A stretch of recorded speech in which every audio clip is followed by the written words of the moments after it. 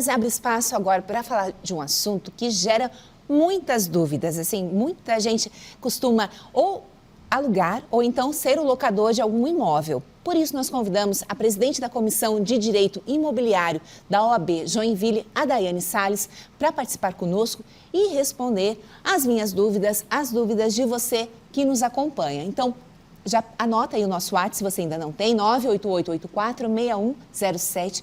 Pode mandando as suas perguntas que a produção vai repassar aqui para a gente. Daiane, muito obrigada pela sua presença no Ver Mais. Boa tarde, muito obrigada, Keltrin. Muito obrigada pela possibilidade de conversar sobre esse assunto. Gera tantas dúvidas que existe até uma área do direito que é especializada nisso, né? Sim, exatamente.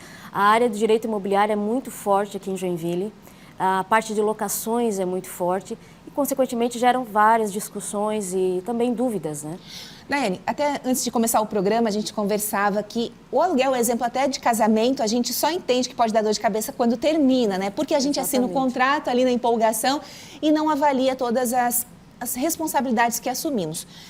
A pessoa que vai alugar tanto de um particular quanto de uma imobiliária, né? Que já exista um pré-contrato. Ela pode reivindicar que o advogado dá confiança dela ou chamar um advogado para avaliar esse contrato? Sim, Keltrin. Inclusive, a nossa orientação é que essa pessoa que tem interesse em locar um imóvel contrate um advogado de sua confiança para fazer aquilo que a gente chama de advocacia preventiva. Porque geralmente o problema maior é ao final da locação. E se você tiver um advogado te orientando desde o início, minimiza ou até evita, né, um risco maior, né? De uma discussão até mesmo judicial. Mas, por exemplo, eu quero muito esse imóvel, mas tem uma cláusula ali que não me agrada, que não é. Aí, a partir daí, tem que haver um acordo mútuo ou você pode fazer algum tipo de reivindicação da sua parte? É por isso que é importante um advogado. A lei que regulamenta a locação é a Lei 8.245 de 91. Ela é a lei que trata em específico das locações residenciais e comerciais.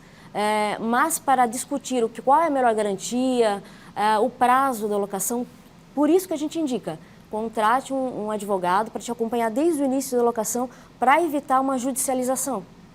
Por exemplo, a questão do fiador, é uma obrigação? Precisa existir?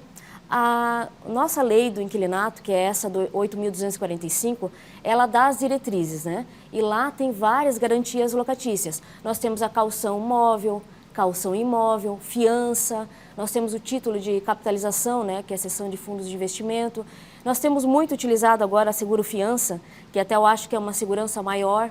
Então lá ela determina, né, dá uma orientação das garantias. Mas não quer dizer que o locador e o locatário é obrigado a colocar uma garantia no contrato. Uma garantia, na verdade, é para dar segurança no contrato, mas não é uma obrigação em ter uma garantia. Daiane, já chegou uma pergunta no nosso WhatsApp, a produção vai colocar aqui na tela para a gente? Gostaria de saber se a pessoa que está há muitos anos com um ponto comercial, aí o dono vende para outra pessoa.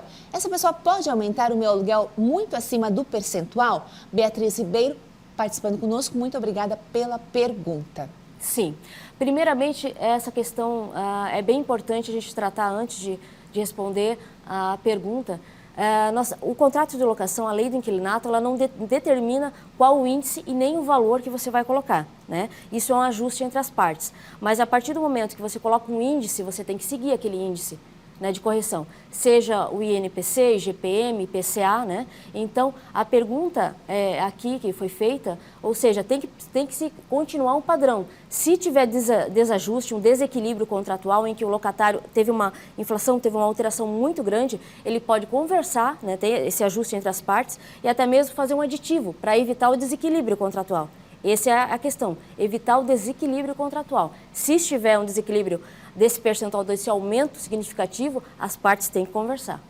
Mas nesse caso da venda, né? Você falou sobre as formas como às vezes o locador, ele se previne no contrato. Sim. Ele não exigir alguma forma, também para facilitar, às vezes, se ele precisa depois pedir esse imóvel de volta, existe algum recurso também que se deve ficar atento? Sim. Por isso que é importante fazer um contrato e conversar com o advogado, porque lá nós vamos estabelecer o prazo, né, da locação e isso vai consequentemente influenciar na retomada do imóvel.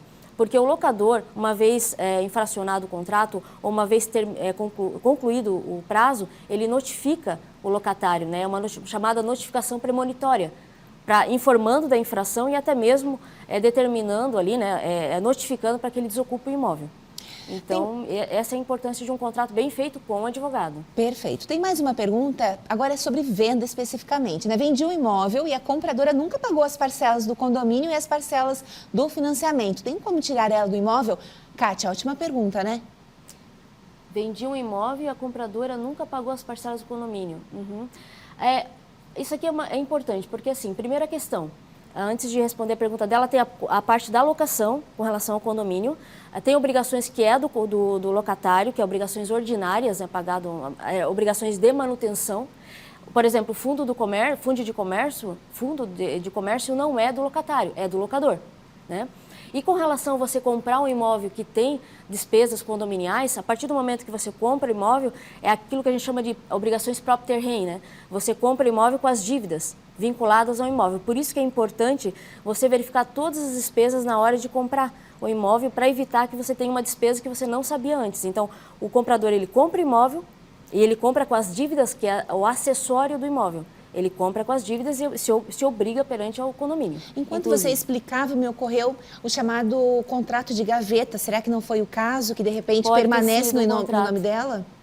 Pode ter sido um contrato de gaveta, mas de qualquer forma, a partir do momento que o comprador ele compra imóvel, é o que a gente chama de propter rem, uma dívida acessória.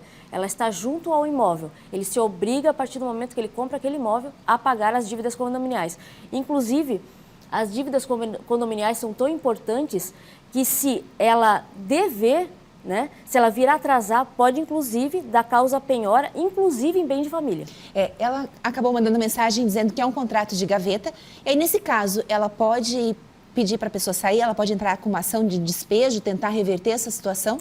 A partir do momento que a pessoa deve a parcela de condomínio, o que acontece? A maior parte do condomínio é a obrigação do locatário pagar, que são as despesas ordinárias. Fundo de comércio é do locador, mas se ela começa a dever o condomínio, quer dizer que ela está infracionando o contrato. E ela estando infracionando o contrato, dá sim a causa de rescisão. Aí ela pode notificar para poder... E nesse caso de contrato de gaveta de venda? É a mesma questão, né? Então, assim, a pessoa está infracionando o contrato. É isso que a gente... Então, Kátia, recomendação, procura um advogado rápido. Exatamente. Se não fez isso ainda, para você não ficar no prejuízo ainda maior. Bem, o casal aluga o imóvel juntos, se separam, né? E aí o contrato estava no nome de um e essa pessoa deixou o imóvel. Automaticamente a dívida, a responsabilidade fica para quem? Para a esposa, ou no caso, quem ficou no imóvel? Para quem ficar no imóvel. Quem ficou no imóvel continua com a obrigação.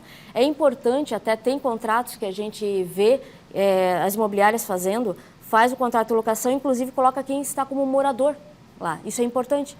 Quem que está como morador, porque às vezes não tem só o cônjuge, tem outras pessoas também. Mas o contrato foi fechado, o morador saiu, né? Aquela pessoa que está lá continua com a obrigação normal de pagar. Isso é importante, porque às vezes existe uma união estável, mas não existe um documento, um casamento formalizado, mas se a pessoa está dentro do imóvel, automaticamente ela se torna responsável. Exatamente. Você falava das obrigações contratuais. IPTU, taxa de lixo, também entram na questão de obrigação do locatário? Sim, é importante falar o seguinte, obrigações como IPTU é responsabilidade do proprietário, do locador. Na própria lei do inquilinato dispõe. O que acontece é que você pode, diz assim na lei, salvo disposição em contrário. Então, se o locador quiser colocar o IPTU como responsabilidade do locatário, ele vai lá e coloca que o IPTU, tarifa de coleta de lixo, também são responsabilidade do locatário. Mas, na regra, se não tiver essa previsão, IPTU é do locador, que é o proprietário do imóvel. Então, assim, quando é feito pela imobiliária, já tem todas, né? Normalmente está tudo previsto. Mas se você tem lá, às vezes, um quarto, um espaço e quer alugar, faz tudo certinho para não se incomodar depois, Exatamente. né? Chegou mais uma pergunta, a produção vai colocar. Sou obrigada a pagar a taxa de IPTU e de uma casa que aluguei? A Maga, né? A gente acabou já, de certa forma, respondendo, então. É bem importante colocar, que é o seguinte, que despesas relacionadas a consumo é do locatário.